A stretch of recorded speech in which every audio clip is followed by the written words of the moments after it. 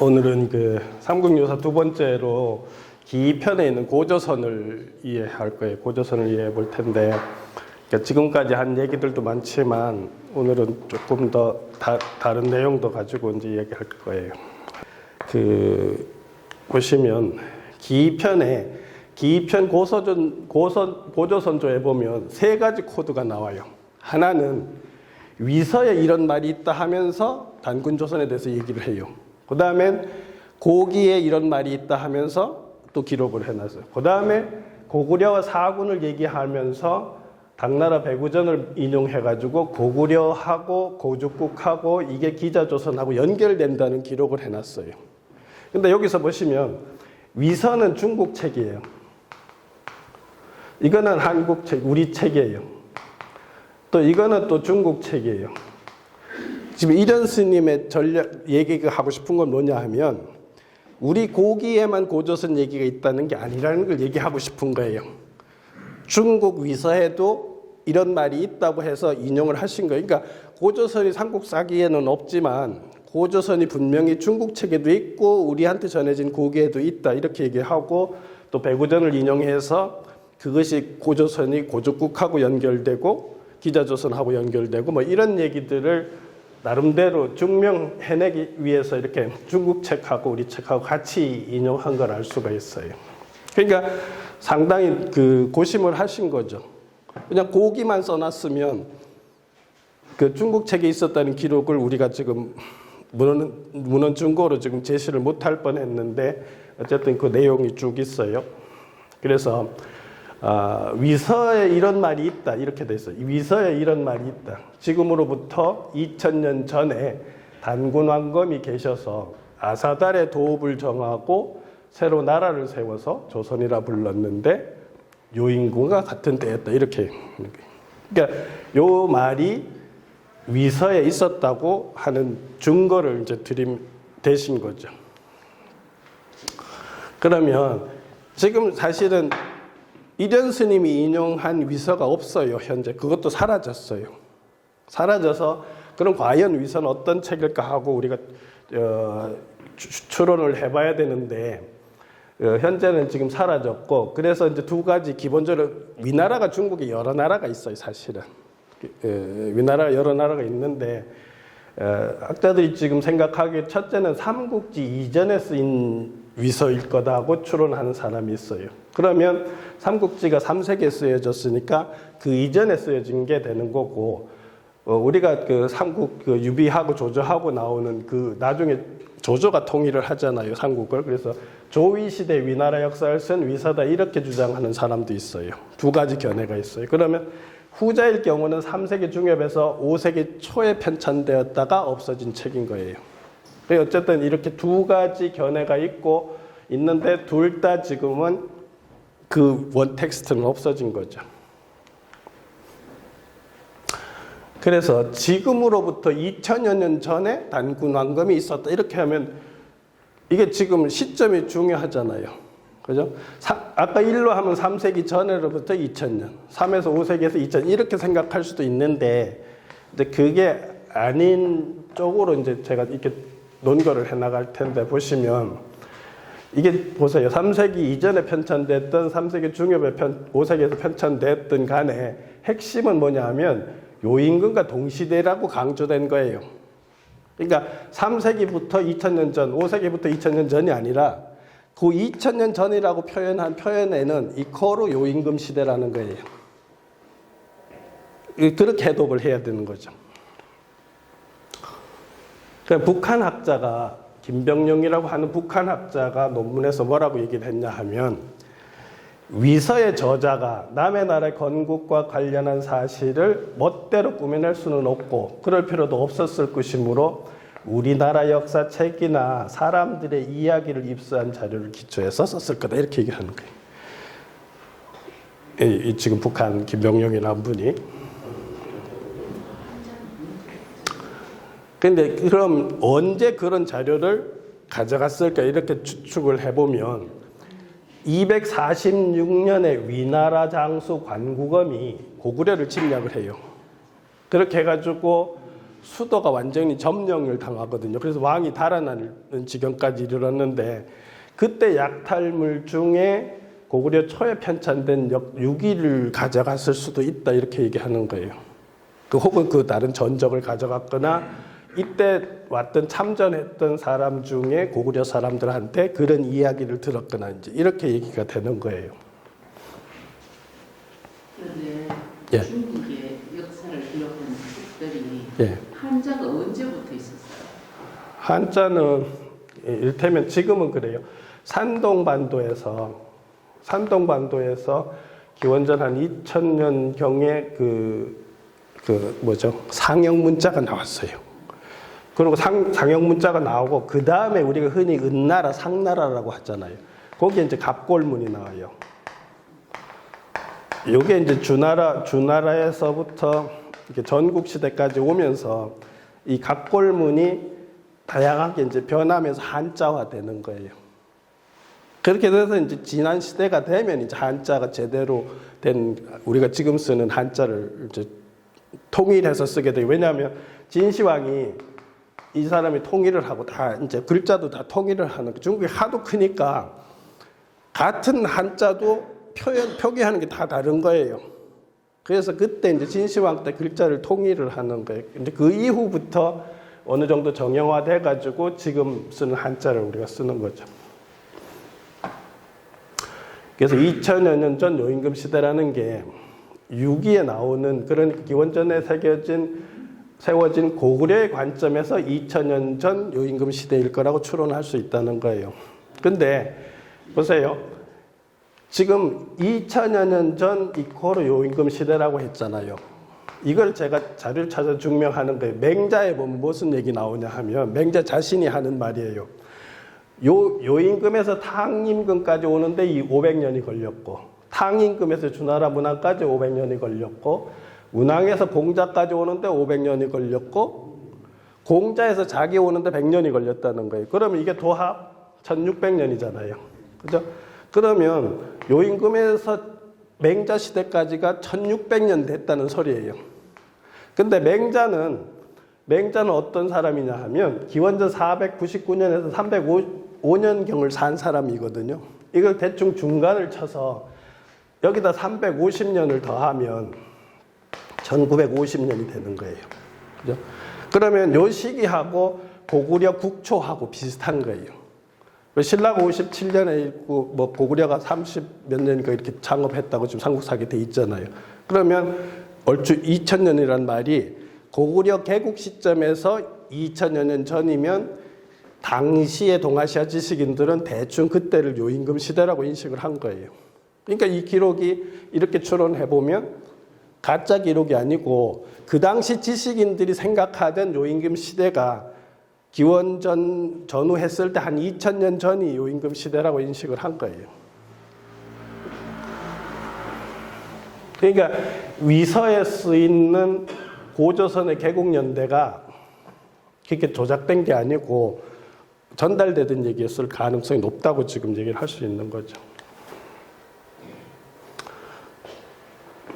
그 다음에 이제 고기에 이런 말이 있다고 할 때 고기는 그냥 우리의 기록이거든요. 이게 아까 보면 뭐 단군 고기 이런 게 있었다는 소리예요. 고기라는 게. 그러니까 이련이 살 때까지도 단군에 관한 기록이 있었던 소리예요. 그러니까 이련이 그걸 보고 옮겨 쓴 거기 때문에 거기 보면 우리가 잘 아시는 내용이 이렇게 단계별로 써 있어요. 그 하늘나라에 있는 환인의 서자 환웅이 천하의 뜻을 두고 지상에 내려가서 세상을 한번 경영해보고자 하는 마음을 두니까 아버지가 그 뜻을 알고 아버지가 내려다 보니까 사미 태백 아래가 널리 사람을 구제하기에 좋은 땅이다 생각을 하시고 천부인의 권위 있는 어떤 상징물 세 개를 줘서 내려보내니까 태백산 아래 신단수 아래 내려오셔서 이걸 신시라고 한다 했잖아요. 그러니까 지금 동양문화사에서 아까 처음에 공공하고 관련돼서 부주산 얘기할 때도 보면 그걸 천도라 했잖아요. 하늘 도읍이라고 했는데 이 하늘 도읍이라는 거하고 사실은 신시하고 같은 말이라는 거예요. 그래서 이게 지금 제가 강의하면서 늘 그러죠. 우리 조상들은 천도를 일으켜서 이걸 계속 가져온 사람들이고, 중국 황제계에는 사실은 인도라고도 할 수 있고 뭐 인문이라고도 할 수 있는 이런 정신 문화를 장안해서 계속 굴려오고, 전체적으로 봤을 때는 이 두 문화가 동양 문화를 엎치락뒤치락 하면서 굴려온 거라고 볼 수 있는데, 지금 그런 천도라고 하는 그 공간의 그 문화를 단군신화에 보면 신시라고 그대로 받고 있는 거예요. 하늘하고 소통하는 신단수, 태백산 위에 신단수, 아래에 여기를 신시라 했다 한 거하고, 처음에 그걸 천도라고 한 거하고 같은 문화적인 코드라는 거죠.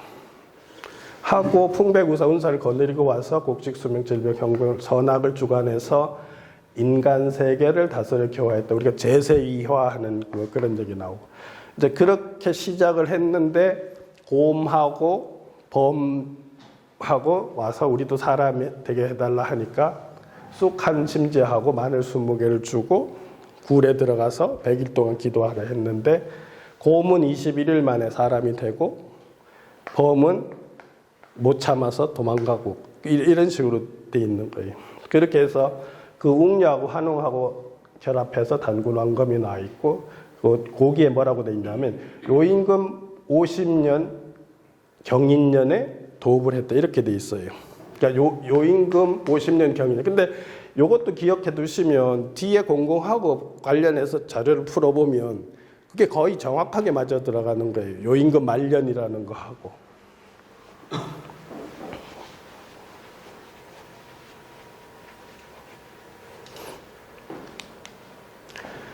그래서 이건 뭐 제가 늘 하지만, 우리가 지금 삼국지에 보면 3세기에 중국에서 쓴 삼국지에 보면 마한 지역에 그 소도라는 게 나와요.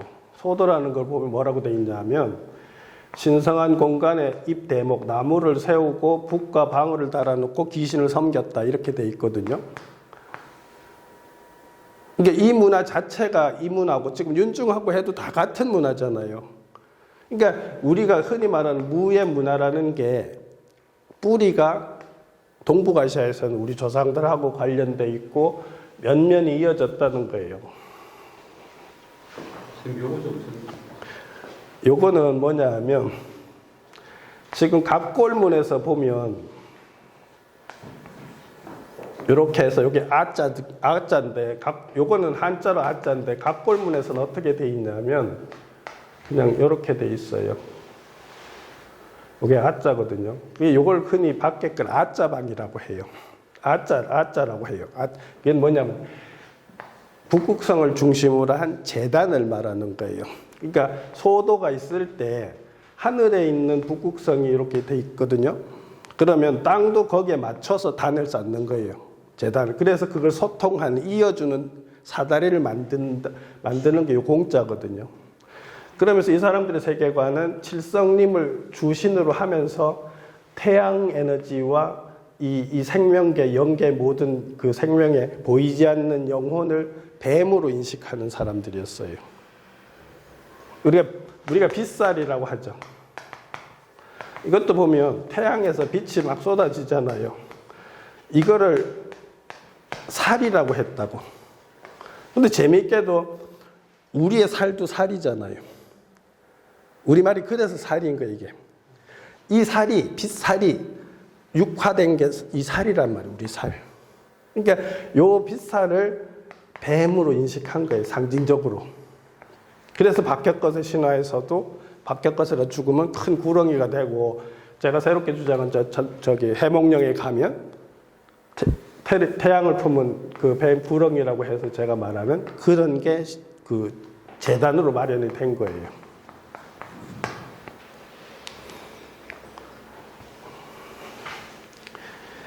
그래서 보시면 지금 이 사람들이 부주산에서, 공공이 부주산에서 윤중에 있는, 감숙성에 있는 부주산으로 왔다가 서안 밑에 태백산으로 들어오는 거예요. 그래서 실질적으로는 서안을 중심으로 해서 이게 황하가 이렇게 만곡점 있잖아요. 여기에 주도 세력이 되는 거예요, 이 사람들이. 무슨 소리냐면 황제가 북쪽에서 내려오기 이전에는 이 사람들이 중원을 장악하고 있었단 말이에요. 지금 봐요. 우리가 한글, 뭐 한자, 한국, 뭐 한, 뭐 이게 보면은 한이라는 게 크다, 뭐 하늘, 하나, 뭐 이런 말로 우리가 쓰잖아요. 이런 모든 말이 사실은 알타이어거든요. 실제로는 먼저 여기까지 계속 우리가 먼저 쓰고 들어왔어요. 나중에 한자가 바뀌는 거예요, 어순이. 지금 문화사로 보니까.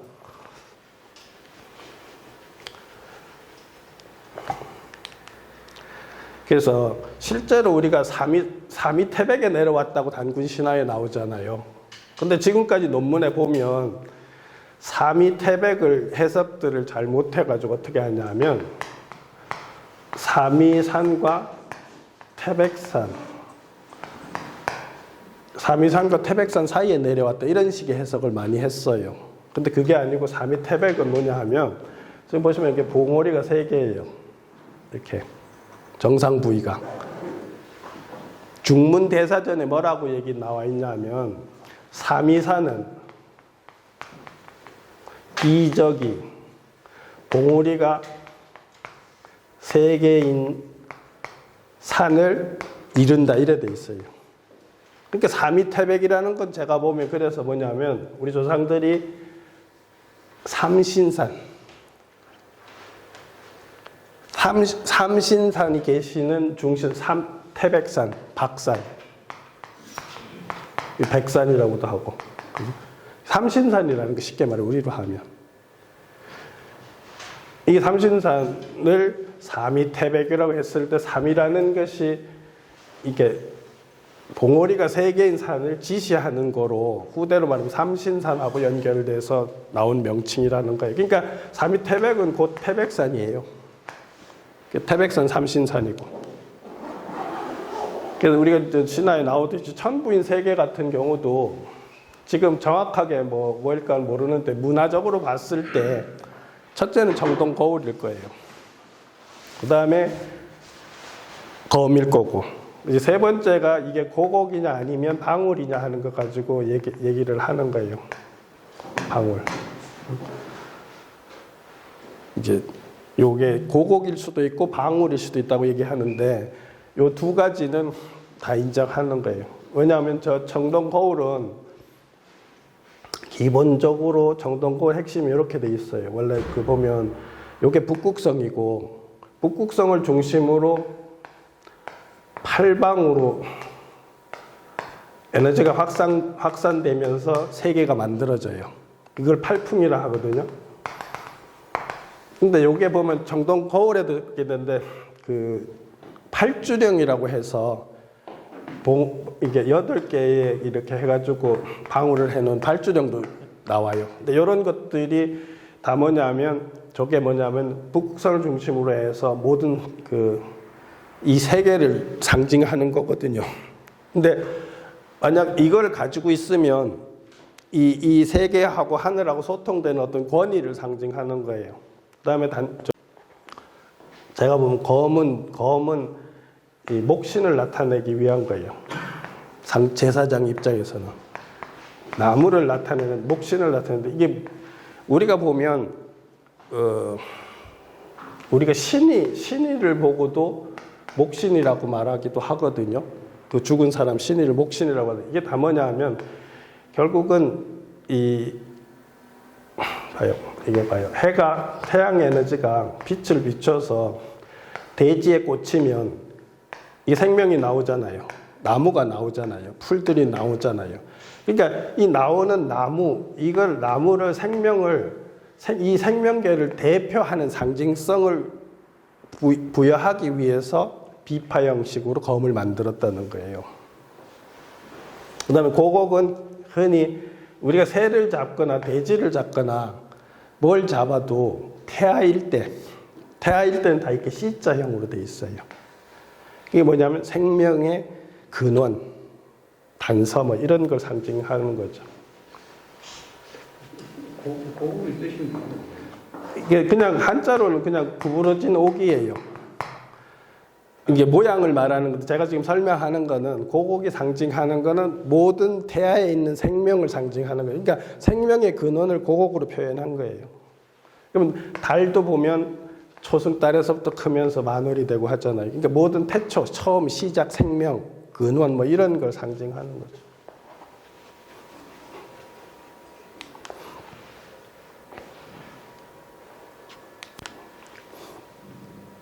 그러면 제가 이제 보세요. 다시 상고사를 복원하는 데서 기편에 지금 위서에 고조선이 있었다 했고 우리 고기에도 있었다 했잖아요.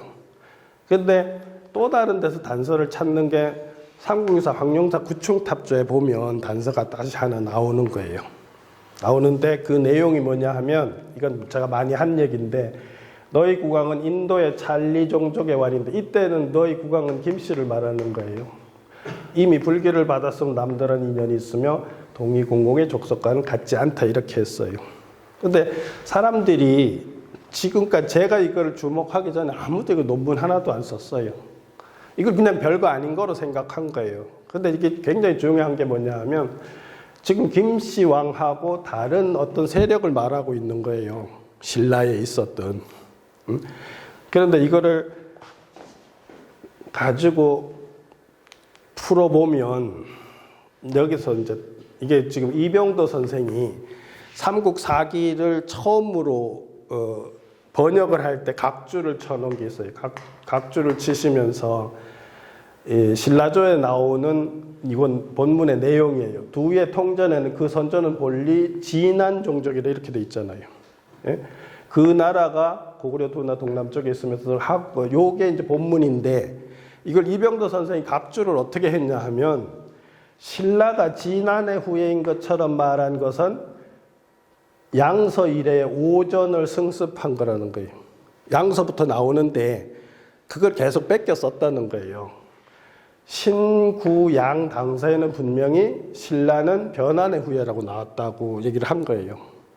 뭐냐면 지금 계속 제가 이 부분을 강조하는데 신라가 진한이라고 하는 게 이병도는 지금 잘못됐다고 말하는 거예요. 그 근거로 신당서, 구당서에 변한으로 돼 있다 이거예요. 그런데 이거는 이병도도 잘못 얘기를 한 거예요. 지금 뭐죠? 연개소문에 아들이 죽어서 서안에서 죽어가지고 비문이 나오거든요. 비문이 나오는데 뭐라고 나오냐 하면 부여의 왕족 이렇게 정확하게 모르겠어요. 왕족이자 진한의 영족이다 이렇게 나와요. 고구려 연개소문의 아들 비문에 부여겠잖아요. 지금 그 고구려 왕족들은 부여의 왕족이 진안의 영족이다. 진안을 이끄는 사람들이다 이래 나와 있어요. 그 상식적으로 이해가 안 돼요. 그 왜 그러냐 하면 제가 지금 진인이라고 하는 코드를 받아들이면 말이 돼요.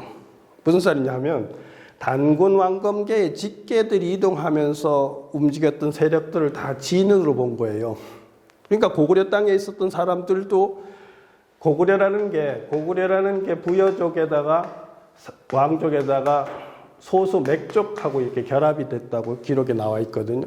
이 맥족이라는 게 바로 단군 신화에서 나오는 곰족이에요. 그러면 부여족 밑에 사실은 진인들이 있었던 거예요.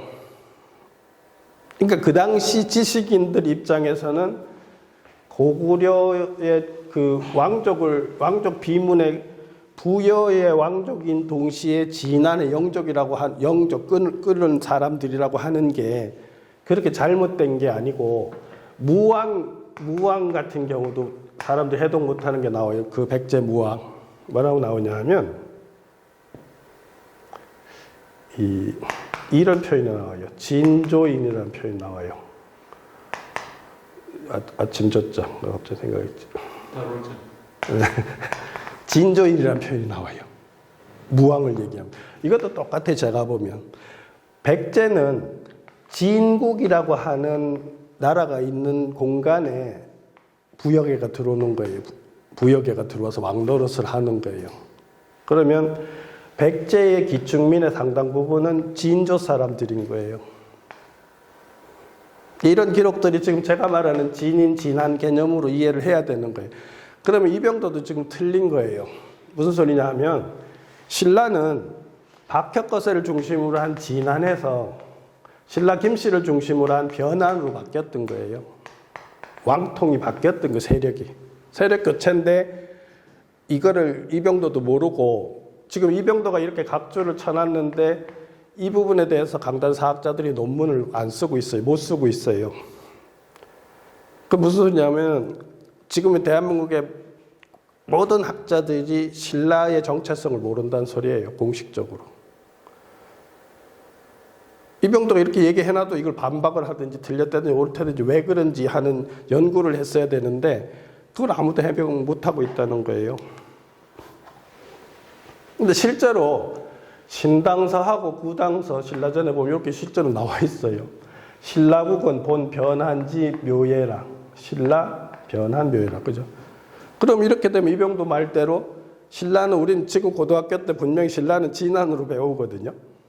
아직도. 중고등학교 역사 교과서에 아마 지금 공무원 국사 교과서에도 아마 그래 나올 거예요. 신라는 진안하고 연결이 돼 있어요. 그런데 이상하게 신당서 구당서에 다 변안이라고 했잖아요. 그러니까 이병도가 이 자료를 보고 진안이라고 말하는 건 양서일에 오절을 승습한 것이라고 해놓고 이렇게 얘기를 했다고. 근데 이 부분을 해결을 다 못하더라는 거죠. 제가 공부를 해보니까. 그래서 결국은 보세요. 지금 제가 그런 얘기 했잖아요. 지난 시간에 삼국유사가 얼마나 중요하냐 하면 미서운, 고기운 해서 고조선을 살려놨어요. 절반을 살려놨다고. 김부식이가 삼국사가 하면서 잘라버린 거를 살려놨는데 지금 요것이 다시 있었기 때문에 삼국유사의 요 기록이 다시 있었기 때문에 제가 다시 더 완성된 복원을 할 수 있는 거예요. 지난번에 왜 집코드 얘기 물어봤잖아요. 삼국유사에 그런 우리가 이해 못하는 말들이 많은 거예요. 근데 이거를 해독을 하려면 그 이전의 역사에 대해서 알아야 되는데 자료가 없잖아요. 그러니까 이렇게 해서 다양한 그 자료들을 섭렵하면서 복구를 시켜야 되는데 그 복구할 수 있는 단서를 삼국유사가 남겨줬다는 거예요. 맞아요. 그러면 제가 오늘 강의할 때 많이 안 하던 걸 좀 더 많이 할게요. 재밌는 거는 보세요. 사기, 중국의 사기, 사마천의 사기에 보면 제1장이 오제 본기예요. 그러면 중국의 오제가 뭐냐면 황제, 전후, 고신, 요순이 오제로 기록이 돼 있어요. 그런데 제가 그 책을 쓰기 위해서 자료를 찾아보니까 황제하고 싸웠다는 말은 안 나오고 전후, 고신, 요, 순, 우임금까지 공공이 계속 싸웠다는 얘기가 중국 기록에 남아있어요. 유명한 책마다. 이게 무슨 말이냐 하면 공공이라고 하는 세력이 적어도 황제계의 입장에서는 지금 중국을 주도하는 황제계의 입장에서는 상당히 오랫동안 몇백 년 동안 천하를 두고 대결하던 중심 종족이었다는 걸 말해주는 거예요. 그 신화에 그 남아있다는 거는 차라리 동이족에 대해서 얘기는 그렇게 많이 안 남아있는데 공공하고 황제계하고 싸운 얘기는 굉장히 많이 남아있어요. 지금 여기 왕충의 논영에 보면 뭐라고 돼 있냐면 공공이 전옥과 천자 자리를 두고 다투었다는 거예요. 이기지 못하자 화가 나서 부주산을 쳐서 하늘을 바치는, 그러니까 이 사람들은 옛날에 신화적으로 이렇게 생각한 거예요. 이게 이제 거북이라고 하면 이렇게 거북이 다리를 네 군데도 다리를 해서 하늘을 바쳐놨다고 생각을 하는 거예요. 근데 화가 나서 이 중에 하나의 다리를 공공이 받아가지고 부주산을 받아서 이게 기울어졌다는 거예요. 이게 그러고 이제 이은 밧줄도 끊어버렸다는 거예요. 그래서 여외는 오색 돌을 녹여서 푸른 하늘을 바치고 자라의 발을 잘라서 내 가장자리를 바치고 그래서 수리를 했다는 거예요. 수리를 했는데 하늘이 서북쪽이 비어 있으므로 해와 달이 그쪽으로 옮겨가고 땅은 동남쪽이 비었으므로 온갖 하천이 그쪽으로 흘러 들어갔다. 이렇게 무슨 소리냐면 지금 중국 지형이 서북쪽이 높고 동남쪽으로 낮잖아요. 근데 이렇게 된 현재 천하가 지형이 만들어진 배경이 황제계하고 공공하고 천하 자리를 두고 싸우는 바람에 이렇게 됐다는 게 이게 신화적으로 표현이 된 거예요. 그러면 이런 신화가 계속 전해졌다는 말로 전해졌다는 거는 공공이라는 세력하고 황제계하고 엄청난 투쟁을 했다는 그 주인의 자리를 놓고 그죠? 그런데 이런 자료가 지금 요거는 왕충의 논영인데 회남자 천문에도 있고 열자 탕문편에도 있거든요. 무슨 소리냐면 중국의 주요 전적에 다 나온다는 얘기예요. 그냥 중요하지 않은데 나오는 게 아니라 지금 남아있는 중요 자료에 다 나온다는 얘기예요. 이 얘기가. 보세요. 회남자 원도운에 보면 아까 그랬죠. 황제가 있고 그 다음에 전욱이고 그 다음에 고신씨고 그 다음에 요고 그 다음에 순, 우 이렇게 가거든요. 왕통이. 근데 옛날에 공공의 힘이 부주산의 부주 땅덩이를 동남쪽으로 기울어지게 하였으나 고신과 다투어 황제가 되려다가 또 나오잖아요. 다른 데는. 아까는 전욱하고 다투려는데 지금 고신과 다투더라도 또 이렇게 나오잖아요.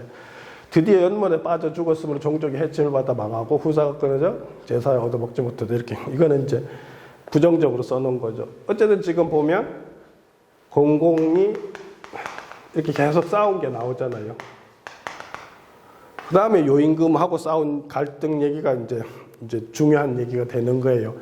사기 오제 본기에 나와요. 뭐냐하면 삼묘가 강회 형주에서 여러 차례 난을 일으켰는데 이때 수는 순수를 마치고 돌아와서 요에게 공공을 유릉으로 유배시켜 북적을 교하게 하며 이렇게 나오는 거예요. 그럼 다시 이때까지는 신화에서 보면 싸웠다고만 나오지 쫓아보냈다고 안 나오는데 이제 요임금 때 지금 쫓아보냈다고 나오는 거예요. 처음으로. 근데 여기서 표현해서 우리가 굉장히 중요한 게 뭐냐. 아까 단군 신화에 보면 고기에 이르기를 요임금이 들어선 지 50년인 경인년 이렇게 돼 있어요. 이건 뭐냐면 요임금 말년이란 소리잖아요. 그런데 여기 표현해 보세요. 이때 수는 순수를 마치고 돌아 요에게 공공을 유릉을 북적을 교하게 했다. 이게 무슨 소리냐면 요가 왕이고 순이 지금 총리인 거예요. 다음에는 이 사람이 왕권을 받잖아요. 그쪽에서는. 그러니까 총리가 건의를 해서 지금 공공을 쫓아보내는 거거든요. 근데 이때는 지금 상황적으로 순이 힘이 상당히 세졌다는 소리예요. 순이 건의를 해서 공공을 보내라고 했잖아요. 근데 그때 보낸 유릉이 바로 어디냐 하면 북경 북쪽 65km 지점이라는 거예요.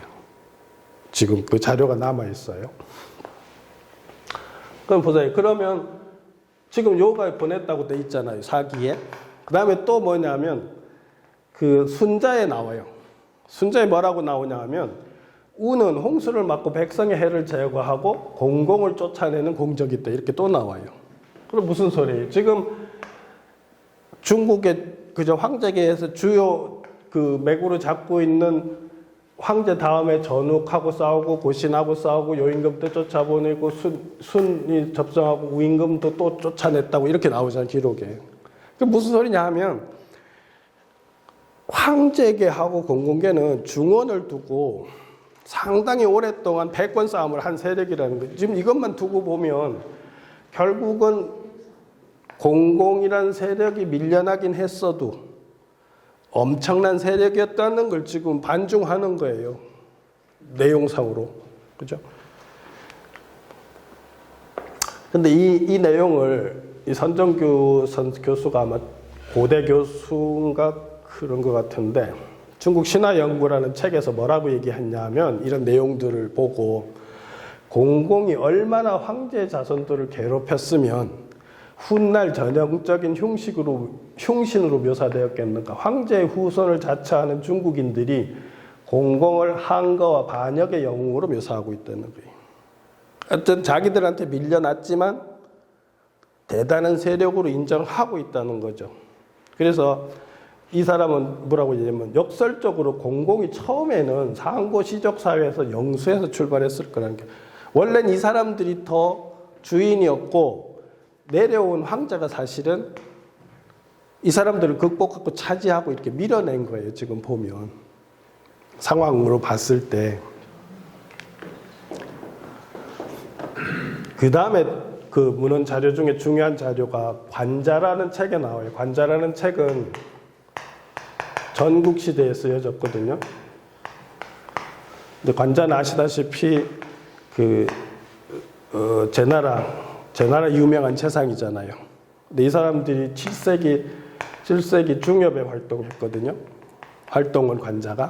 근데 쓰여지기는 지금 학자들이 다 전국시대에 쓰여졌을 거라고 얘기하는 책이에요. 그 책 교도표면에 보면 물가에 사는 사람의 7할, 육지에 사는 사람의 3할이 공공에 속했다고 돼 있어요. 그는 하늘의 세력을 타고 천하의 요충지를 제압했다 이렇게 돼 있어요. 지금 이 기록만 봐도 공공이라는 세력이 중원에서 절대적인 위치를 가지고 있었다는 거예요. 근데 또 다 이어서 뭐라고 나오냐 하면 이게 다 피가 다 공공이 아니고 공공이 주도하는 부락은 다 공공이라 했다 이렇게 돼 있어요. 어쨌든 공공이란 사람들이 들어가서 공동체 리더가 된 데를 다 공공이라 했는데 그 사람들이 이렇게 세력이 많았다는 거예요. 근데 이게 제가 중국에 가서 답사갈 때 사온 책에 보면 유이징이라는 분이 뭐라고 얘기했냐면 요걸 해석을 하기를 이는 공공시가 고대 불학사회의 최강자였음을 말하는데 공공은 복기시대 말부터 고신 시기까지 세상의 우환이었다. 이렇게. 이 표현이 뭐냐 하면 황제계의 입장에서 그렇다는 거예요. 표현이. 그러니까 지금 제가 공공을 지금 환웅 세력으로 유추해서 하는 작업이 사람들은 긴가민가 하는데 제가 지금 자료상으로 보여주는 거를 보면 상당히 타당성이 있다고 생각을 하는 거예요. 그래서 이거는 제 책에 있는 표현인데 공공적과 황제계의 투쟁 결과 새로운 시대가 열렸다는 거예요. 이를테면 지금 신화에 나오듯이 복희 여외가 중국 신화상에서는 최초의 세력이거든요. 이 여외 말기에 공공이 주도권을 잡았고 그렇게 해서 이어오다가 북쪽에서 내려온 황제계가 그 중원 지역으로 들어왔고 그래서 이들이 둘이 몇백 년 동안 투쟁을 했고 투쟁을 한 결과 공공들을 다 축출해냈다는 거예요. 그러면서 새 시대가 열렸다는 거예요. 그렇게 읽어낼 수가 있다는 거예요. 결국은 황제의 천하 이전에는 공공의 천하였다고 볼 수 있다는 거예요. 지금 이 신화들을 다 자료상에서 분석을 해보면. 그러니까 이게 지금 쭉 설명했듯이 공공은 황제계와 지속적으로 해서 쭉 해서 우임금까지 지금 투쟁한 것이 문헌 자료에 나타나고 있다는 거죠. 그러면 지금 중국 역사 지도집에 있는 거예요. 이게 사회과학원에서 나온 거거든요. 이게 바로 고대에는 공공시가 여기 살았어요. 공공시라고 나오잖아요. 여기 어디냐 하면 이게 황하거든요. 이렇게 황하가 나오는 거예요. 그러면 지금 공공시가 어디 있어요? 서안을 중심으로 해서 사실 제일 중원에 있는 거예요. 근데 지금 여기 이 동네를 뭐라고 얘기하냐 하면 한원이라고 해요. 이게 한국의 그 들판이란 말이에요, 여기가. 그러니까 지금 보세요. 내가 지금 주장하는 걸 하면 이 한국이란 말이, 한이라는 말이 그냥 북방계에서 있었던 게 아니고 천산 주변에서 알타리의 문화를 가지고 있었던 이 사람들이 부주선을 타고 서안으로 들어가서 신석기 중후기까지 활동할 때에 이 사람들이 살던 동네가 한의 뿌리가 되는 동네라는 거예요. 한원이라는 거예요. 그래서 여기가 한국이 또 있거든요. 그래서 이게 나중에 기자조선을 극복하고 한시조선으로 바뀐다는 그런 논문을 제가 썼는데 나중에 이게 다 연결이 된다는 거죠. 지금 보면. 파란색은 이동 경로입니다. 예. 그러니까 이 사람들이 지금 사기에 의하면 여기 북경미의 공공성 유지가 지금 발굴이 됐어요. 북경대 역사학에서 발굴을 했거든요. 여기 들어온 거 1차적으로. 이건 기록에도 많이 나와요. 한 여러 책에 나오고.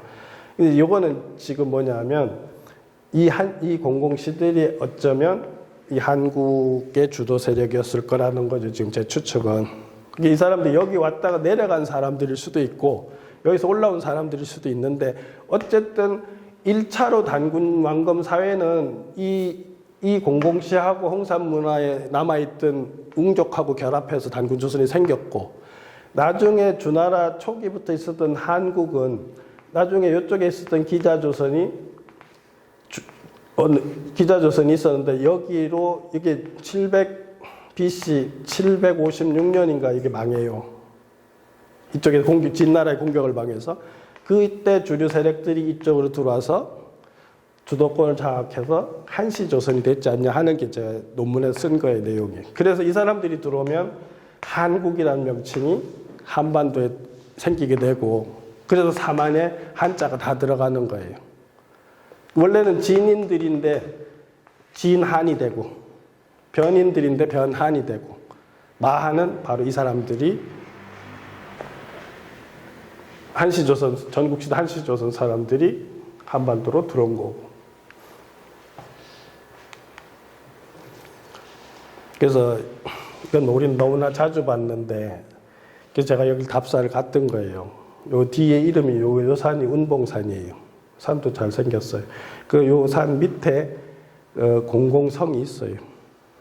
발굴 유지만 있지 지금 뭐 성은 없어졌는데 처음에 답사 갔을 때 여기 보니까 토성이 있더라고. 그때 동네 그 마을 회관에 가서 물어보니까 옛날 성이 있다는 거야. 토성이 남아있대 아직까지. 와 진짜냐고. 그래서 그 노인네 데리고 거기까지 갔거든요. 실제로 토성이 남아있더라고. 지금은 없어요. 지금도 있어요. 있는데 이제 그 토성은 공공성이 아니고 이게 부견인가? 이제 연나라 때 기원 후 뭐 4, 5세기인가 그때 있었던 연나라 토성이더라고. 근데 그분들은 이제 모르니까 오래된 토성이 있다고 우리를 끌고 간 거죠. 그렇게 해서 공공성으로 왔던 이 사람들이 홍산문화, 후기 홍산문화를 주도했던 곰토템족하고 만나서 넘어오면 만나잖아요. 그래서 단군조선이 형성이 됐다는 게 지금 제가 주장하는 이야기고 이게 처음에 2005년, 4년인가? 제가 답사 갈 때 모습이에요. 2004년. 얼굴 좀 많이 바뀐. 그때는 아무래도 젊잖아. 그때 훨씬 더 그때 또 수염도 안 깎고 더 길었었어요.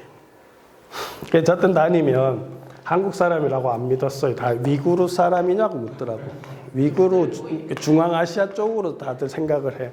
그리고 또 생각하는 게 저는 공산주의잖아요. 이게 막스를 떠올리기도 하고 그러더라고. 막스가 수염 이렇게 해가지고 많이 길렀어요. 근데 저 때만 해도 중국 사람들이 수염을 잘 못 길렀어요. 국가 통제가 심한 상태니까. 그래도 저러고 저는 한 달을 돌아다녔어요. 그렇게 해서 우아량 여신묘가 이제 발견됐는데 이게 지금 기원전 3000년경이거든요. 뭐 대체로. 근데 그 우아량이란 데 가면 몇 번 얘기했지만 제단도 있고 묘도 있고 사당도 있고 뭐 이게 사당이고 그 적석총도 있고 뭐 이런 식으로 해서 이걸 단묘총이라고 하는데 권력이 이미 형성이 돼서 사회가 계급화됐다는 유적이 쫙 나오는 거예요. 이게 지금 이거 하나가 그러니까 신전이에요. 쉽게 말하면 약간 아자처럼 생겼는데 신전인데 거기 나온 얼굴이 나왔어요. 얼굴 나왔는데 그 여신을 지금 제사장이겠지. 제사장 복원해 놓은 모습을 이렇게 해서 전시를 해놨어요. 지금 너무 이쁘게 해놓았는데 아주 미인으로 복원을 해놨어요. 이렇게 나왔거든요. 이렇게 얼굴이 나왔는데 저분을 복원해 놓은 게 이렇게 나온 거예요. 근데 또 요것도 지금 3000년경이거든요. 남자 신상이 또 나왔어요. 그쪽에서.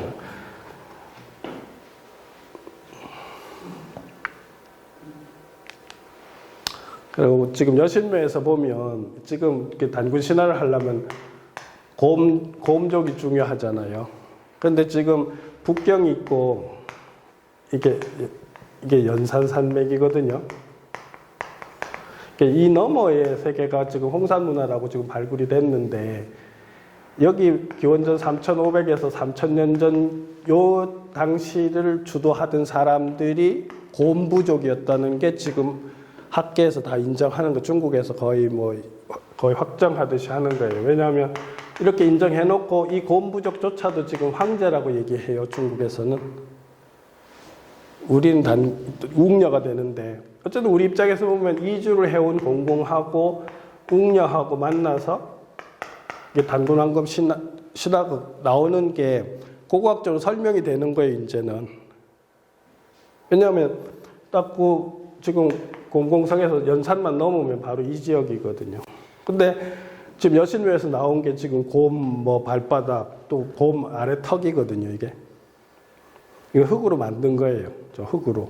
그러니까 그 여신 옆에 이렇게 곰 토템 신상들을 만들어 놨었다는 소리예요.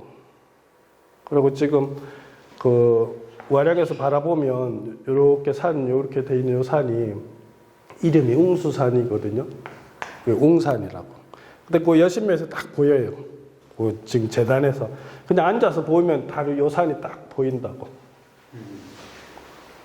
그러니까 뭔가 이 곰 토템하고 연결되는 것들이 아주 기적같이 1980년대에 나온 거예요. 그리고 지금 옥으로 만들었는데 이게 곰머리거든요. 곰머리 세구멍 옥기예요. 이거는 제가 보면 곰 삼신상이에요. 이게 이제 삼태양일 거예요. 제가 보면 우리 얼문에는 지금 삼태양 해놨거든요. 제가 이 삼태양이 뭐냐면 이 태양이 있으면 아침 태양, 정오 태양, 저녁 태양이에요. 이 태양이 계속 순환하면서 생명을 낳는 거예요. 이런 관점인 거예요. 근데 삼위태백도 보면 연결을 시켜서 설명을 해드릴게요. 삼위태백을 하면 요거는 지금 하루가 계속 돌잖아요. 삼태양이. 여기가 신전이 있으면 여기가 동지예요. 그러면 여기가 춘추예요. 여기가 하지. 여기서 태양이 올라오고 여기서 태양이 올라오고 여기 태양이 올라오고 그러면 삼신이 올라오는 거예요. 그러니까 내가 보면 그런 관념화를 했다는 것이 그러니까 사람들이 우리 조상들이 그런 관념을 해서 삼신을 그렇게 생각을 했다는 거죠. 그래서 지금도 서울에 가면 민속박물관 삼신상이 있어요. 삼신상이 있으면 삼신상 밥그릇에는 이게 쌀을 올려놓고 고깔 모자 이렇게 세워놨어요. 그릇이 3개라고.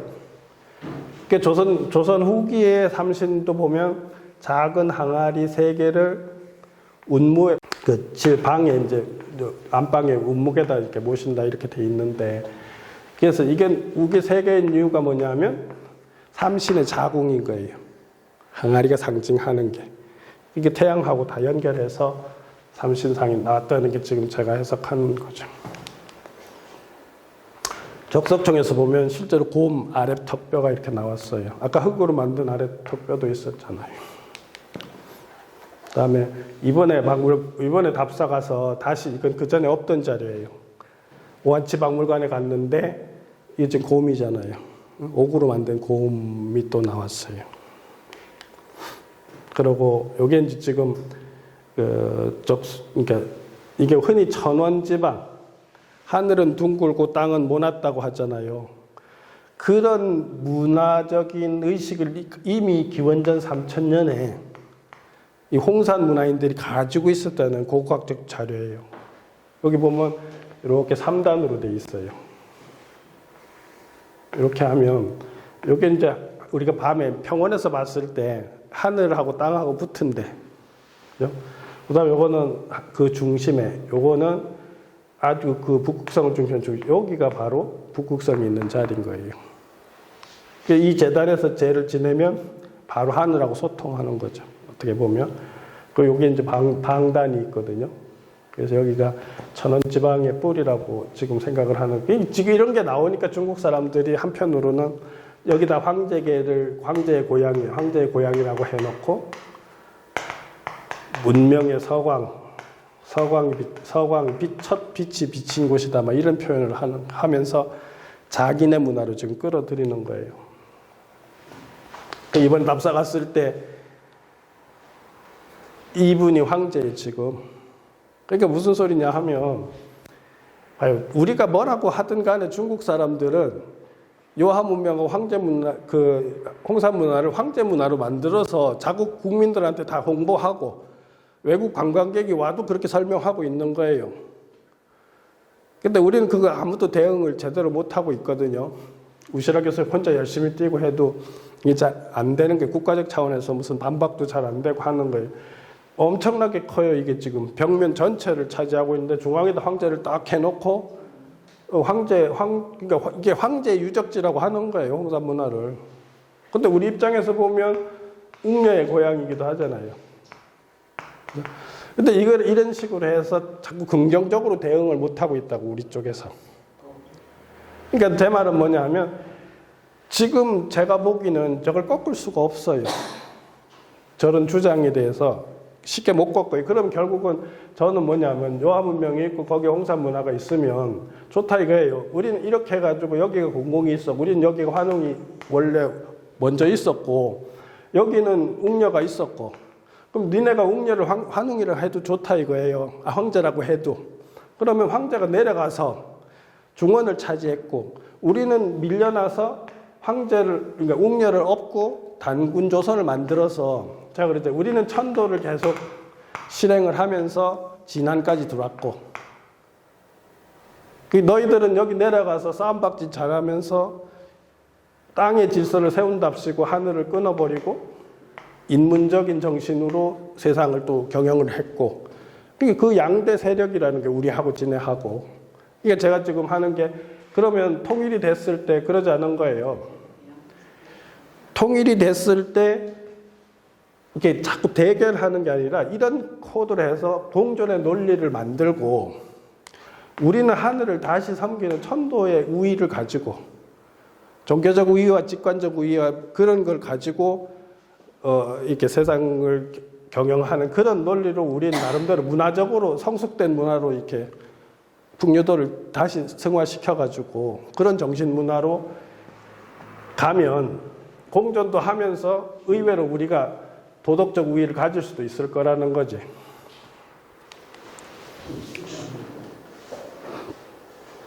그렇게 해서 공공하고 웅녀하고 만나서 결국은 단군조선이 열린 거예요. 단군조선이 열린, 이게 고기에 나오는 얘기예요. 평양성에 도읍을 했고 1500년 동안 다스렸고 주나라 무왕 때 기자가 들어와서 조선을 봉했다는 내용이 나오고, 이때 장단경으로 피신을 했다가 다시 돌아와서 죽었는데 1908세를 살았다, 이런 얘기가 고기에 있는 내용이에요.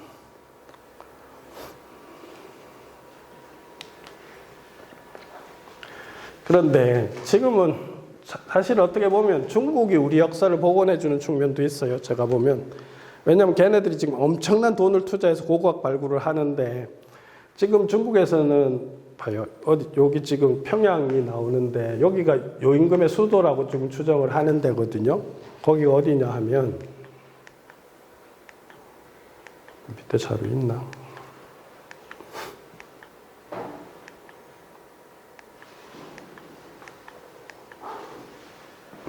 여기 도사라고 하는 데 있어요. 도사라고 하는 데인데 여기 지금 한자로 평양이라고 써 있어요. 여기 평양이라고. 근데 여기를 지금 발굴을 엄청나게 몇십만 평을 발굴을 다 했어, 얘들이. 그래서 발굴을 해보니까 어느 지방이에요? 여기가 서안이고 서안 동쪽에. 그럼 뭐냐, 황하가 이렇게 내려가서 꺾어지는데 위에요.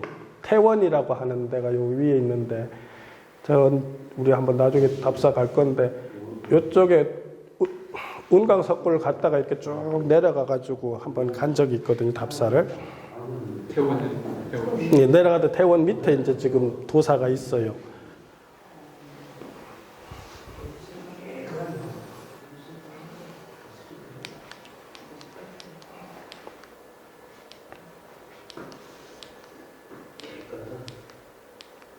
그냥 쉬지 않고 다 할게요. 좀 쉽지 않네요. 아니, 그냥 아니 조금 90분을 할까 싶어서. 지금 거기서 발굴된 거예요. 도사 평양에서 요임금 수도에서. 그러니까 지금 이게 지금 대체적으로 기원전 2000년 이상 됐다고 고고학적으로 얘기하는데 이렇게 여기가 관축 지점이거든요. 천문을 관축하는 천문대도 이런 게 세워졌었다는 거예요. 그 당시에 벌써. 근데 사실은 사람들이 착각하는 게 있어요. 시간을 뒤로 갈수록 사람은 하늘을 중시해요. 왜냐하면 하늘이 시간을 알 수도 있고 천문이 그죠? 그다음에 하늘의 변화하고 뭐 땅하고 이렇게 상응되는 같은 그런 관찰을 하는 과정에서 이렇게 땅하고 상응되는 그런 것도 많이 느끼고 하기 때문에 처음에 시간도 그렇고 계절 뭐 이런 것도 다. 그래서 옛날에는 달력을 만드는 게 황제와 왕의 권한이었잖아요. 민간에서 못하게 했거든요. 왜? 시간의 주관자라는 거예요. 그 벌써 그때도 이런 천문대가 있었다는 거예요. 또 요때면 대체적으로 요임금 때잖아요. 시간이 그죠? 들어가잖아. 근데 이런 또 접시가 나왔어요. 접시가 나왔는데 여기 보시면 용이죠. 용인데 용에 혀가 있는데 나뭇잎이 있죠. 그러니까 이런 것들이 제가 아까 비파형 동건 같은 경우도 이게 나무를 상징한다고 하는 게 이게 사실 나중에 중국에서 이게 이제 왕이 되잖아요. 왕의 상징이 되잖아요. 그죠? 그러니까 모든 생명 에너지가 요 용으로 표현되는 거예요. 그죠? 그 요 용의 생명 에너지하고 생명하고 나무, 이 대표적인 이제 나무하고 연결을 시켜 놓은 거죠.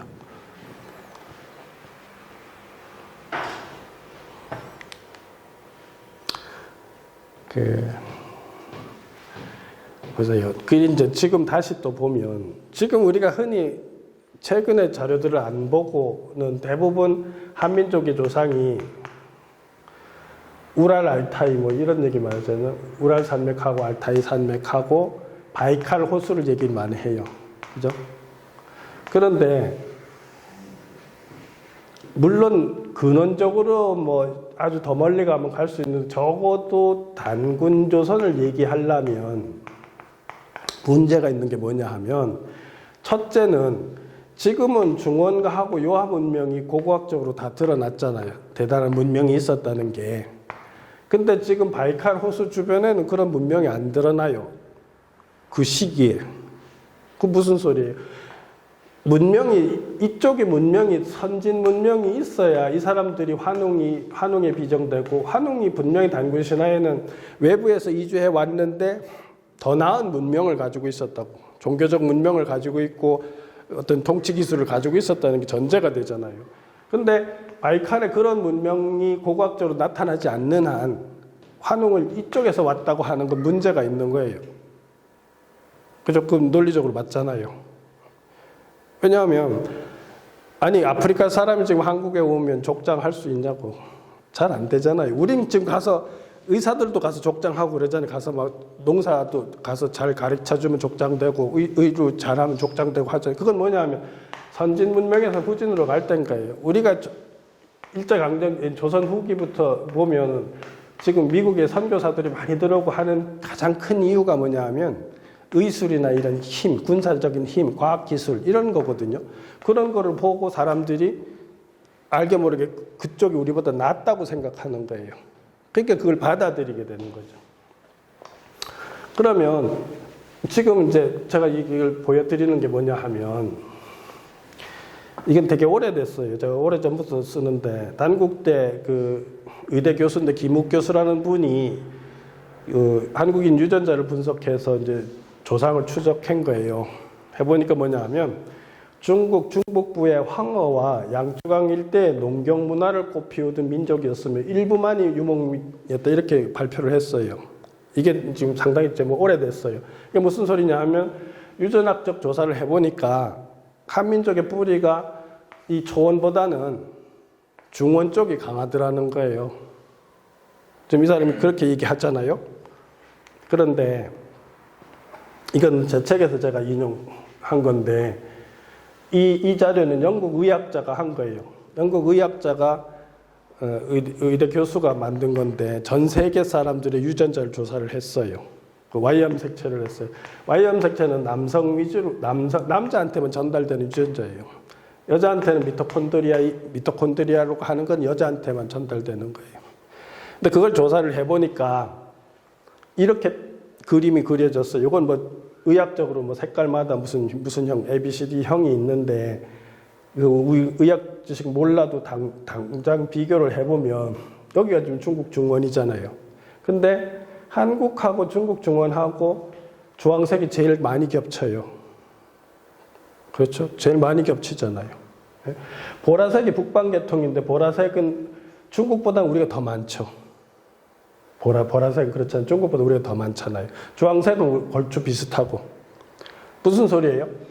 결국은 피를 검사해봐도 DNA를 유전자를 추적해봐도 중국하고 한국하고는 상당히 교집합적이라는 거예요. 그렇잖아요. 아니 왜 그것도 뒤에 자료 가져와서 우리 진석. 그러니까 그게 지금 다 맞아 들어가잖아요.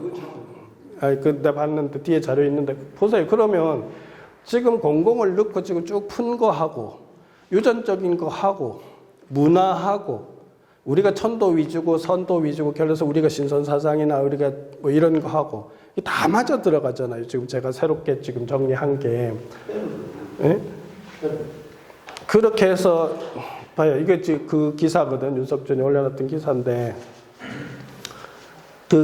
이거 이제 인터뷰한 기자가 자기가 이제 조상 찾기 해서 이제 뭐 타액 검사를 하니까 한국 유전자가 47%, 일본 25%, 중국 비슷비슷하게 나오죠. 한중이. 결국 뭐예요? 한국은 중간에 있는데 이렇게 내려갔단 소리잖아요. 채 뭐라고 했어. 그 다음에 또 뭐 연구소장이 배모인데 이 사람은 48%인데 이 사람은 또 거꾸로 일본이 더 많더라고. 외피가 더 많이 섞인 거예요. 그 다음에 근데 몽골이 1.4분이 안 된다고 지금. 근데 이거는 지금 간략하게 해서 그런 것 같은데 지금 그 서울대 의대 교수 또 한 분이 있는데 그분은 뭐라 얘기하면 25% 정도가 북방 피가 섞였다고 얘기를 하거든요. 25%. 근데 지금 여기는 1.4%뿐이 안 돼.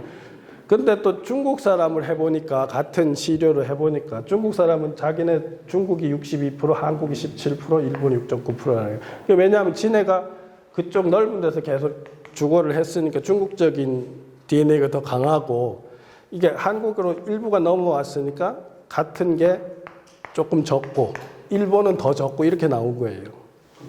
두 번째, 세 번째 그 표시는 이제 한국인 기준으로 해서 그랬다 이 말씀입니다. 예, 그렇죠. 한국인 기준으로 하면 47, 8%가 한국 중심이면서도 DNA 속에 중국하고 일본이 4분의 1씩 섞여 있더라는 거예요. 그러니까 결국은 한중일이 형제라는 거예요. 따지고 보면. 그러니까 사실은 지금 봐요. 내가 아까 그 홍사문화를 가지고도 하듯이 결국은 우리가 통일이 되고 나면 동북아 시대가 되고 동북아 시대가 되면 한중일이 공존하는 역사관을 가지고 사실은 공존을 해야 된다고. 장기적으로 보면 100년, 200년을 보면. 근데 그런 틀이 지금 만들어지고 있다는 거예요. 근데 그거는 역사라는 게 저는 그래요. 사실은 뭐 지금 미국도 사실은 그냥 이 상태로 좀 더 가고 싶고 일본도 더 가고 싶은 거예요. 근데 역사를 공부해 보면 역사는 이성적으로 계획한다고 잘 안 돼요. 역사가 변할 때는 아무도 생각하지 않은 변수가 탁 들어와요. 그죠? 박정희가 계속 할 것 같은데 누가 총 쏘잖아요. 그렇죠? 그죠? 근데 자기는 유신해가지고 계속 하려고 했잖아요. 계획은 이성적으로 그렇게 했단 말이에요. 근데 그런 변수가 생긴다고. 똑같아요. 제가 보면. 그러니까 그런 변수가 이제 뭐 그냥 비유적으로 하면 이제 하늘이 숨겨놓은 어떤 카드가 있는 거죠. 근데 그 카드가 나올 수 있는 거예요. 또 지금 끝 안 해도 오늘 나타나잖아. 뜨겁잖아 지금. 서 안에 있는 거? 맞잖아. 이게 봐요. 지금 중국 같은 경우도 그래요. 홍콩 사태 지금 굉장히 골치 아프다고. 그죠? 이게 결국은 천안문으로 다시 불붙으면 쟤네도 감당이 안 된다고. 이렇게 저기 무력으로 깔고 싶어도 지금 굉장히 힘든 거예요. 그러니까 지금 중국이 계속 한국을 경계한 제일 이유가 뭐라고 얘기하냐 하면 경제도 아니고 군사력도 아니고 민주화 들어오는 게 제일 겁낸다는 거예요. 지금 홍콩 애들이 하면서도 광주 사태 떠올리면서 하잖아요. 그죠? 근데 이게 우리가 통일이 돼서 딱 붙으면 바로 한국에 가지고 있는 자유민주주의하고 뭐 그런 혁명하고 데모하는 그런 것들이 불을 번져. 중국놈들이 괜히 씨발 김정일 시켜가 우리 대전에서 김정일 씨가. 못하는 것부터 돈이 좀 준다는 것 같아요. 그래서 어쨌든 제가 오늘 좀 더 그 단군시나 고조선에 하면서 했는데 어쨌든 제가 이해를 해보면 뭐 제가 아직은 뭐 가설이라고도 할 수는 있지만 그렇다고 사실 제가 뜬금없는 얘기를 하는 게 아니거든요. 자료를 다 분석하고 비판하고 또 중국 자료, 우리 자료, 고각 자료, 종교적인 그런 신앙적인 것까지 다 포함해서 보면 저는 지금 내 가설이 그냥 틀리지 않을 확률이 굉장히 높다는 거예요. 그리고 아까 말한 그 중국하고의 공존의 논리도 차라리 저처럼 하면 훨씬 서로가 인정할 수 있는 부분이 있어요. 그렇게 해서 그러니까 저는 제가 만약에 그런 얘기 하잖아요. 지금 중국이 우리를 경계하는 것 중에 하나가 뭐냐면 고구려론 때문이거든요. 우리 이거 자꾸 해가지고 만주 회복하자 하니까 저 새끼들 통일되면 진짜 그렇게 자꾸 떼쓰고 들어오면 어떡하냐. 그럼 간도 문제도 있어요. 그죠? 근데 이런 것 때문에도 더 경계를 하는 거예요. 그래서 저는 통일이 됐을 때는 사실 그거보다는 전체적인 틀에서 동아시아 시대를 이렇게 설계하면서 역사도 그런 관점으로 자꾸 얘기를 하는 게 온도도 한 4도 올랐죠. 의미가 예? 온도도. 뭐요? 온도, 기온도 올라갔죠. 그러니까 그 얘기도 그것도 그렇잖아요. 그게 제 보면 제가 자꾸 조금 그 신비적인 얘기해서 그런데 동북 삼성이 있잖아요. 우리 통일이 됐을 때 동북 삼성이 홍산 문화 일대의 온도를 회복하는 거예요. 홍산 문화 일대 온도를 회복한다고. 무슨 소리냐면 지금은 동북 삼성 인구가 얼마 안 돼요. 중국 전체 인구에서 비중이 얼마 안 되는데 온도가 앞으로 3도에서 4도가 올라가면 이 상해 이런 데는 사실 너무 더워서 못 살아요, 이제. 북경이 사계절이 되고 이 만주가 어떻게 사계절이 되면서 살기 좋은 땅으로 바뀌는 거예요. 비가 많이 오게 되고 그럼 다시 그 아열대 식물들이 많이 자라게 되고 물이 많아지고 지금은 만주 다니면 물이 없잖아요. 왜냐하면 그래야 이렇게 활력수도 살고 생산물도 많아지고 그러면 사람도 많이 살게 되는 거예요. 지금부터 이를테면 한 5배 막 이렇게 살게 되는 거예요. 그러면 어떤 상황이 되냐 하면 통일된 한반도와 이 만주가 동북아시아 전체 중심이 되는 거예요. 정치, 경제, 문화의 중심이 되는 거예요. 제가 보면. 그래서 제가 자꾸 얘기하는 게 전쟁 없는 통일만 상황만 만들어 놓으면 한민족한테는 기회가 있다는 얘기인 거예요. 그냥 온도 올라가는 거 그냥 우리가 하고 싶은 게 아니고 얼마 전에도 또 났어요. 나 그 온도 얘기 나오면 다 자꾸 과학자들이 얘기하는 거 나오는데 금세기 말까지 분명히 4, 5도 오른다고 다시 또 얼마 전에도 기사가 다시 나왔거든요. 그러면 그 기사에 보면 우리 이쪽은 완전히 아열대로 바뀌어요. 부산 이쪽하고 이쪽은. 이제 올라가야 사계절이 있는 좋은 나라거든요. 그러니까 위도가 한 5도 정도 올라간다고 살기 좋은 데가. 빨리 땅 살아야 그 내가 그런 소리 하잖아요. 지금쯤 만주에 가서 땅을 확보해 놓으면 한 손자쯤 가면 야 우리 할아버지 진짜 되게 선견지명이 있어. 그 소리 듣는다니까요. 분명히 듣는다니까요. 그죠? 그런 마음이 있으면 가서 거점을 확보해 놓으면.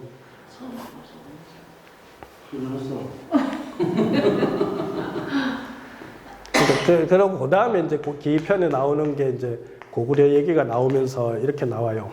당나라 배구전에 고구려는 본디 고죽국이었는데 주나라에서 기자에게 봉해주면서 조선으로 이끌었으며 이 땅이 나중에 삼군이 되었다 이런 기록이 있어요.